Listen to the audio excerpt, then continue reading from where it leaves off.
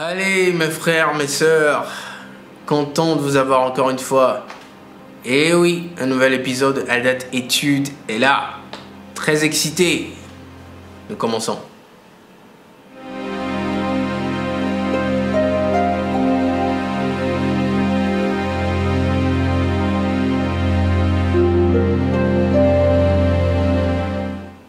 Alors, bienvenue dans un nouvel épisode de À date étude, comme je le disais tantôt. Et je suis très content de vous avoir encore une fois, comme vous le savez, chaque semaine.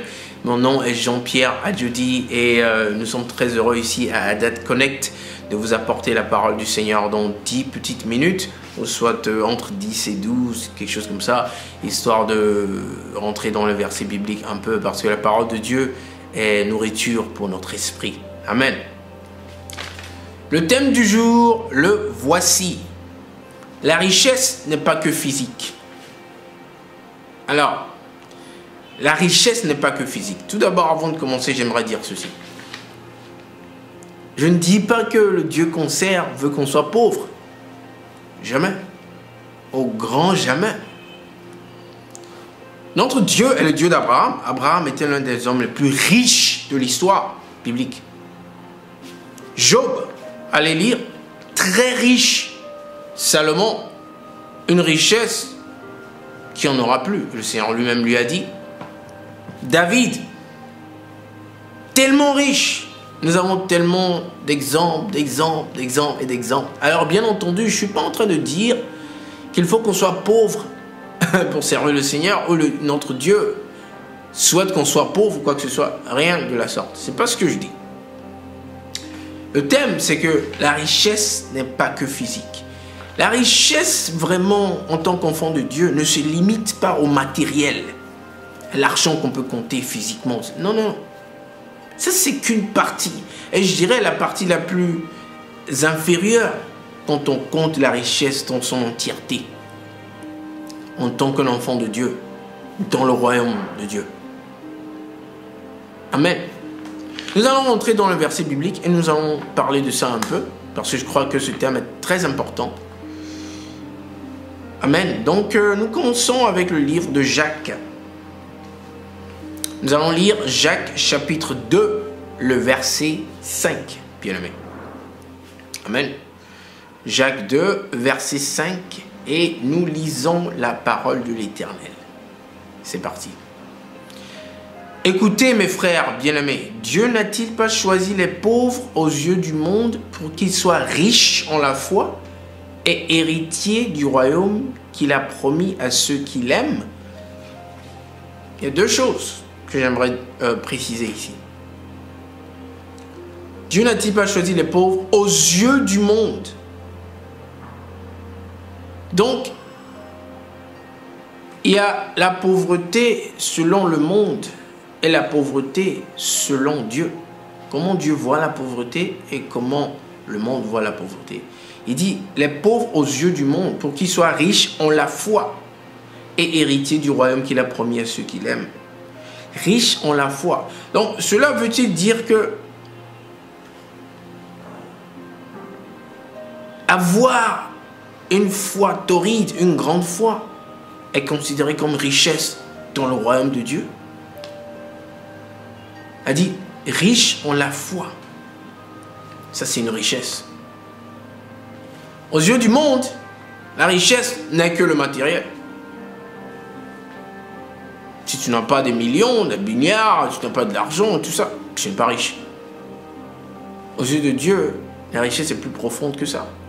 Ça nous parle de la foi. Riche en la foi. Waouh! Alors ça s'approfondit là. Amen. Et héritier du royaume qu'il a promis à ceux qui l'aiment. Donc, ça veut dire que réellement, quand nous venons dans le royaume de Dieu, il faut que nous changions la façon dont nous voyons les choses. Amen. Nous allons lire davantage, nous allons continuer de parler de ceci davantage, bien aimé, parce qu'il est très important de comprendre ce que c'est que la richesse en tant qu'un enfant de Dieu. Quand un enfant du monde parle de la richesse et un enfant de Dieu parle de la richesse, c'est pas pareil. Ils ne parlent pas de la même chose. Vous savez, le monde reste sur la surface. La richesse physique, c'est à la surface. Dieu va en profondeur. Amen. Alors, lisons Luc. Luc, le chapitre 12, bien-aimé.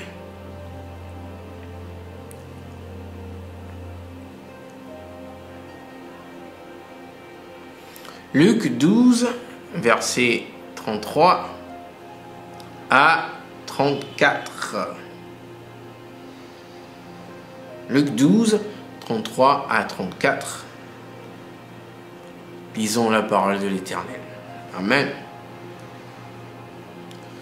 Vendez ce que vous possédez et donnez-le en aumône. Faites-vous des bourses qui ne s'usent point, un trésor inépuisable dans les cieux, où le voleur n'approche point et où la teigne ne détruit point. Car là où est votre trésor, là aussi sera votre cœur. Alors je répète ce que j'ai dit au début. C'est pas pour dire que Dieu veut qu'on soit pauvre. Au contraire, bien-aimé. Au contraire, vous savez, les choses se passent d'abord spirituellement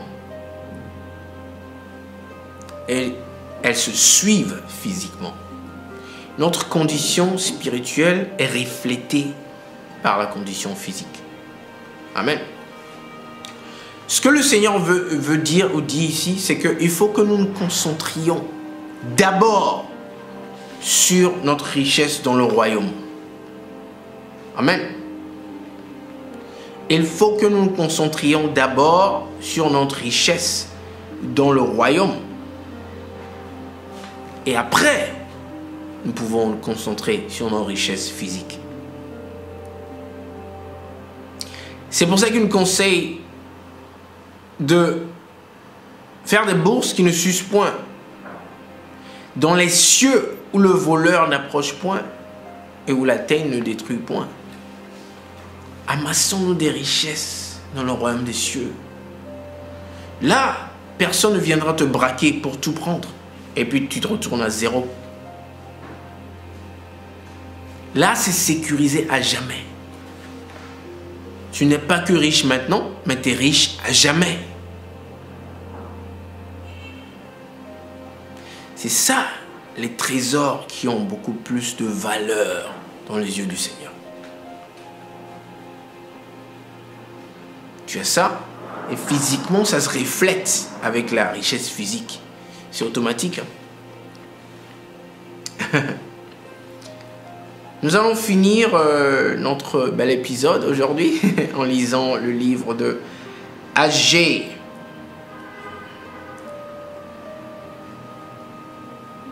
Agé chapitre 2, les versets 6 à 8. Agé 2, 6 à 8, bien-aimés. Et nous lisons la parole de l'Éternel. Car ainsi parle l'Éternel des armées, encore un peu de temps, et j'ébranlerai les cieux et la terre, la mer, le sec. J'ébranlerai toutes les nations, les trésors de toutes les nations viendront, et je remplirai de gloire cette maison, dit l'Éternel des armées. Verset 8. L'argent est à moi, et l'or est à moi, dit l'Éternel des armées. Amen. Je répète cela. L'Éternel des armées dit, l'argent est à moi, l'or est à moi. Alors, quelle est la vraie richesse?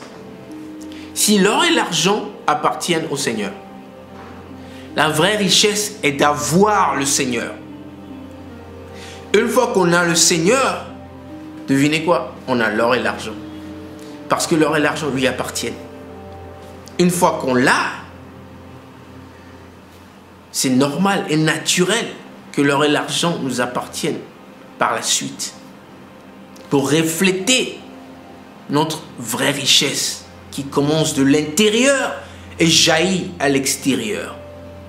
Il faut d'abord qu'on se concentre sur la richesse intérieure. Être riche spirituellement, être riche dans les cieux.